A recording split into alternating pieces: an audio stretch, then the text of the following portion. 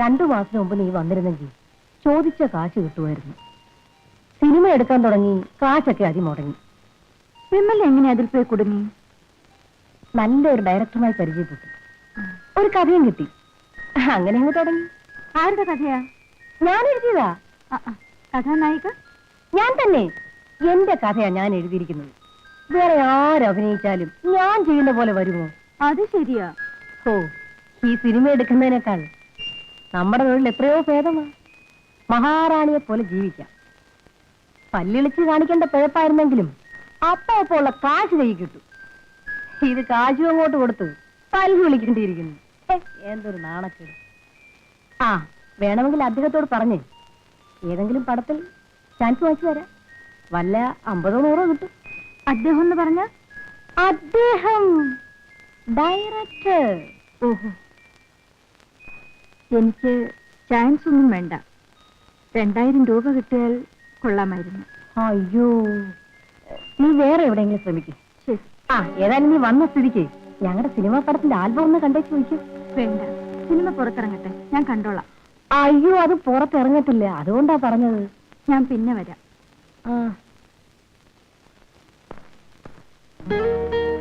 നാളെ കാലത്ത് 10 മണിക്കൊന്ന് പണം അടച്ചാലേ എനിക്ക് ജോലി കിട്ടും. നാളെ കാലത്ത് 10 മണി വരെ സമയമുണ്ടല്ലോ, നോക്കാം. ഓ, അപ്പോഴേക്കും വല്ല നിധി വല്ലതും കിട്ടുമോ? എനിക്കൊരു വിശ്വാസമില്ല. നിന്നെ പോറ്റാനുള്ള കഴിവ് എനിക്കില്ല. നമുക്കൊപ്പം ജീവിക്കാനുള്ള ഭാഗ്യവുമില്ല. പക്ഷെ ഒരു കാര്യം തീർച്ചയാണ്, എനിക്ക് ഈ ജോലി കിട്ടിയില്ലെങ്കിൽ പിന്നെ ഞാനിവിടെ നിന്നോടൊപ്പം ജീവിക്കില്ല.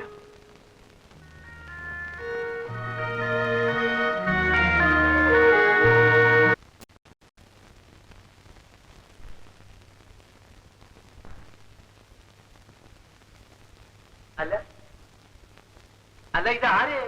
മാലതി, നിന്റെ വീമ്പും ആകാരമൊക്കെ എന്തായണി ശീലാവതി? കാക്ക കുളിച്ചാ കൊക്കാവും. അപ്പോ വേലുവിന് നിന്നെ മതിയായി അല്ലേ? നിന്നെ എങ്ങനെയെങ്കിലും ഇവിടെ കൊണ്ടുവരുമെന്ന് ഞാൻ വേലുവിനോടാ വെല്ലുവിളിച്ചു. ഇതാ നീ തന്നെ താനെ വന്നെത്തിയിരിക്കുന്നു. ഗോപി, ഗോപി വിചാരിക്കുന്ന പോലല്ല ഞാനിവിടെ വന്നിരിക്കുന്നത്. കണ്ടോ, ശങ്കരം പിന്നെയും തെങ്ങേ തന്നെ. മാലതി, ഞാൻ പറയുന്നത് കേക്ക്. നീ ഒരു വാക്ക് പറഞ്ഞാൽ ആ സെക്കൻഡിൽ ഈ നാശത്തിനെ ഗ്രാറ്റുവിറ്റി കൊടുത്ത് പറഞ്ഞേക്കാം. താക്കോൽ നിന്റെ കൈ തരുകയും ചെയ്യാം. ഗോപി, ഞാൻ വന്ന കാര്യം മനസ്സിലാക്കാതെ എന്തിനാ അതും ഇതൊക്കെ പറയുന്നത്?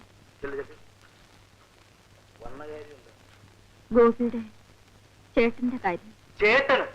എടി, വേലു എന്ന് പറയുന്ന തന്ത അല്ലടി എന്റെ തന്ത. പിന്നെ എന്തോന്ന് ചേട്ടൻ? ശരി, പോട്ടെ. വേലുവേട്ടന് കുറച്ച് പണം ആവശ്യമുണ്ട്. ഓ, മൂക്കപ്പൊടി വാങ്ങിക്കാനായിരിക്കും. 2000 രൂപ പണം അടച്ചാൽ അങ്ങനൊരു ജോലി കിട്ടും. ഇന്ന് 10 മണിക്കുള്ളിൽ വേണം. എവിടെയൊക്കെയോ ശ്രമിച്ചു നോക്കി. അവസാനം എന്റെ കാക്ക തന്നെ വരേണ്ടി വന്നു. അല്ല, കുറെ കാലം ആയല്ലോ ഈ തൊഴിൽ തുടങ്ങിയിട്ട്. ഒരു സമ്പാദ്യമില്ലേ കയ്യില്? അല്ല, പണം തന്നാ എനിക്ക് എന്തോ തരും? 1 വർഷത്തിനകം എങ്ങനെയെങ്കിലും പണം തിരിച്ചു തന്നേക്കാം. പണമൊന്നും തിരികെ തരണ്ട, ഇവിടെ വന്നാ മതി. എന്റെ കൂടെ താമസിക്കും. നിന്നെ ഒരു മനുഷ്യനായിട്ട് കരുതുമെന്ന് എന്നെ വേണം പറയാൻ. കുറെ എണ്ണം ആയല്ലോ, മതിയായില്ലേ? എന്താ നീ പറഞ്ഞത്? ദേവിടിച്ച് ആ ഭാഷ എനിക്കും അറിയാവടാ.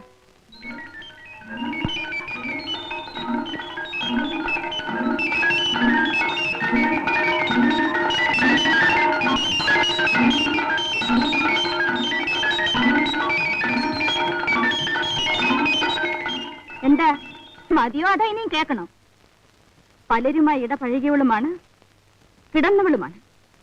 ഇനിയും പറയട്ടെ, അല്പമെങ്കിലും ദയ തോന്നുമെന്ന് കരുതി ഞാൻ വന്നതാ.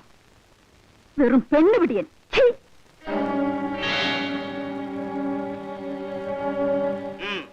എടുത്തോളൂ. പക്ഷേ വേലുവിനെ കുറിച്ച് ഓർത്ത് ദയ തോന്നിയിട്ടല്ല, നിന്നെ ഓർത്തിട്ടാണ്. നിന്റെ കൂടെ കഴിഞ്ഞ പല രാത്രികളെ കുറിച്ച് ഓർത്തിട്ടാണ്. നിന്റെ ഭർത്താവിന് എന്ന് പണം സമ്പാദിച്ച് കടം വീട്ടാൻ സാധിക്കുന്നു അന്ന് തിരികെ തന്നവൻ. എടുത്തോളൂ. എന്താ ആലോചിക്കുന്നു? എടുത്താൽ കൈ പൊള്ളുമോന്ന് ഭയപ്പെടുന്നു. കനൽക്കട്ടയെ പോലും ഐസ് കട്ടയാക്കാനുള്ള കഴിവ് നിന്റെ കൈകൾക്കുണ്ടല്ലോ. എടുത്തോളൂ.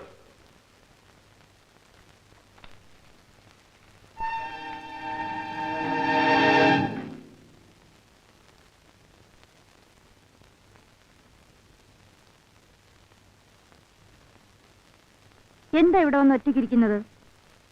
ഇതാ, എന്താ ഇങ്ങനെ സൂക്ഷിച്ചു നോക്കുന്നത്? സംശയമോ? ഞാൻ പോയിട്ട് 1 മണിക്കൂറല്ലേ ആയുള്ളൂ, അതിനുള്ളിൽ ഇത്രയും സമ്പാദിച്ചെന്നോർത്തോ? കൊള്ളാം. ഇതുപോലെ എനിക്ക് തരാനേ നമ്മുടെ നാട്ടിലാളില്ല.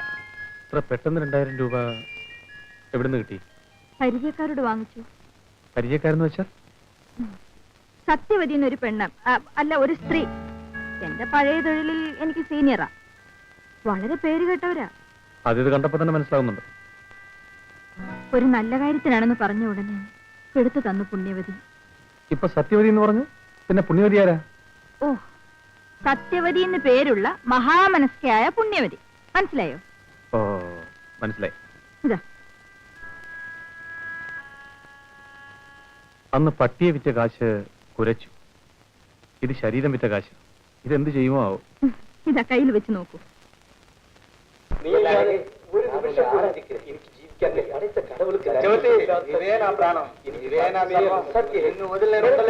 എന്ത് കേൾക്കുന്നു?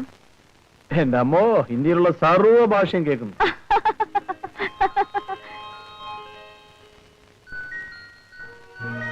നിങ്ങൾ എത്ര സുന്ദരനാണെന്ന് അറിയാമോ? ഞാൻ എപ്പോഴും കണ്ണാടി കാണുന്നതല്ലേ. കൊതിയോ?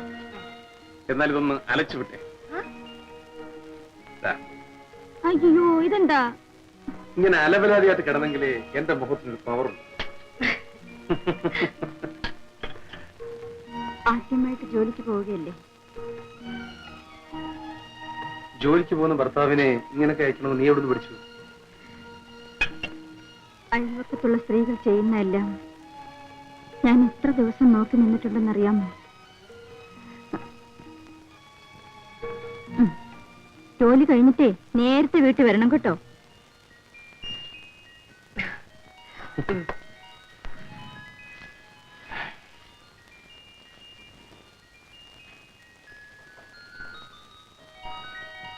താൻ എന്താണ് ഇങ്ങനെ വിളിച്ചു നിൽക്കുന്നത്? സാർ, എനിക്ക് വേണ്ടി 1 മണിക്കൂർ വെയിറ്റ് ചെയ്യണം. നല്ല സ്ഥലം ഞാൻ കാണിച്ചു തരാം. താൻ എന്താണ് ഈ പറയുന്നത്? ഇപ്പോൾ തന്നെ സമയം 7 എനിക്ക് 9 മണി ട്രെയിനിൽ പോകേണ്ടതല്ലേ? ഇങ്ങനെ ധൃതി കൂട്ടിയാൽ നല്ലതൊന്നും കിട്ടൂല സാർ. താൻ പോടും, ഞാൻ നോക്കിക്കോളാം. അങ്ങനെ അങ്ങ് ദേഷ്യം വന്നാലോ? 1/2 മണിക്കൂർ വെയിറ്റ് ചെയ്യണം. ഞാൻ ഇപ്പൊ പോയിക്കൊണ്ടുവരാം.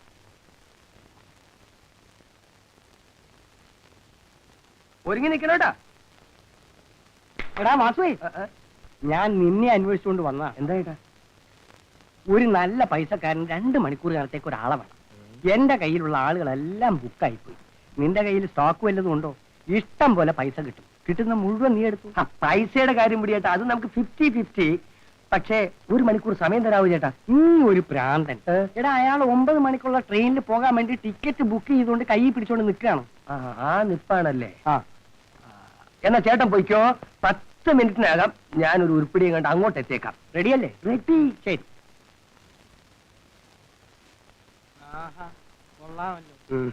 ഈ ലോഡ്ജ് പുതിയതാണല്ലേ? ഞാൻ ഇതുവരെ ഇവിടെ വന്നിട്ടില്ല. ഞാനേ ഇവിടെ ഒരു റൂം സ്ഥിരമായിട്ട് അങ്ങ് എടുത്തിട്ടിരിക്കുക. എന്നാ ഒരു കാര്യം ചെയ്തോ, പിടിച്ചോ, വിളിച്ചോ. നീ കേറിപ്പോര്. എവിടെയാണ്?